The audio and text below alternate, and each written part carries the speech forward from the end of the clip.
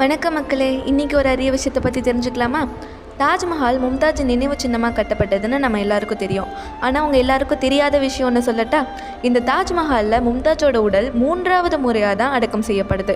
1632 ஷாஜஹான் போரில் ஈடுபட்டு இருக்கிறப்போ புறம்பூர்ன்ற இடத்துல மும்தாஜுக்கு குழந்தை பிறக்கும் போதே அவங்க இறந்துடுறாங்க. உடனே தற்காலிகமாக பக்கத்தில் இருந்த தோட்டக்கல்லறையில் அடக்கம் செய்யப்படுறாங்க. அதுக்கப்புறம் மும்தாஜோட உடல் பதப்படுத்தப்பட்டு ஆக்ராவுக்கு கொண்டு வரப்படுது. அங்கேருந்து 2வது முறையாக ஆக்ராவில் அவங்க உடல் அடக்கம் செய்யப்படுது. அதுக்கப்புறம் தான் தாஜ்மஹால் கட்ட ஆரம்பித்து அதுக்கான அடித்தளத்தை அமைச்ச உடனே அவங்க உடல் 1632 1633 இதுக்கு இடைப்பட்ட காலத்தில் அடக்கம் செய்யப்படுறாங்க. தாஜ்மஹாலுக்கு எதிர்ப்புறத்தில் ஷாஜஹான் தனக்காக ஒரு கருப்பு தாஜ்மஹாலை கட்ட திட்டமிட்டதாகவும், பொருளாதார நெருக்கடி காரணமாகவும் அவுரங்கசீப் ஷாஜஹானை வீட்டு சிறையில் அடைச்ச காரணமாகவும் இந்த திட்டம் கைவிடப்பட்டதாகவும் சில கருத்துக்கள் சொல்லப்படுது.